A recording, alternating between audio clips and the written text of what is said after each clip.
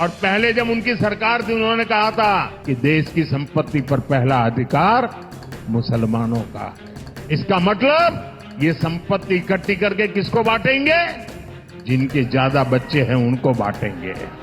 मुसलमानों पर दिए गए पीएम मोदी के इस बयान पर हर तरफ हंगामा मच रहा है। विपक्ष ने पीएम मोदी को घेर लिया है। राजस्थान के बांसवाड़ा में इस रविवार को चुनावी जनसभा में पीएम मोदी ने मुसलमानों पर यह बयान देकर सियासी घमासान मचा दिया है। पीएम मोदी के इस बयान से विपक्ष भड़का हुआ है। इस बयान को लेकर असदुद्दीन ओवैसी और मल्लिकार्जुन खड़गे समेत तमाम विपक्षी नेताओं ने पीएम मोदी और बीजेपी पर पलटवार किया है।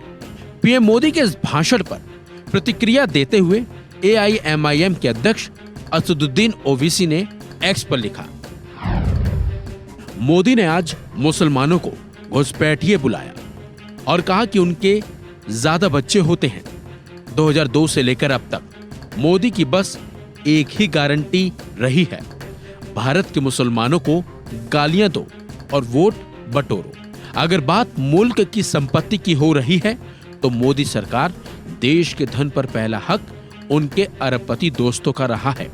भारत के 1% लोग आज देश का 40% धन खा गए। आम हिंदुओं को मुसलमानों का डर दिखाया जा रहा है, पर सच तो यही है कि आपके पैसों से कोई और अमीर हो रहा है।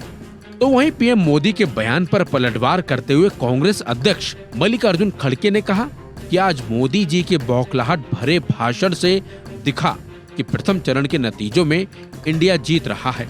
मोदी जी ने जो कहा वो हेट स्पीच तो है ही, ध्यान भटकाने की एक सोची समझी चाल है।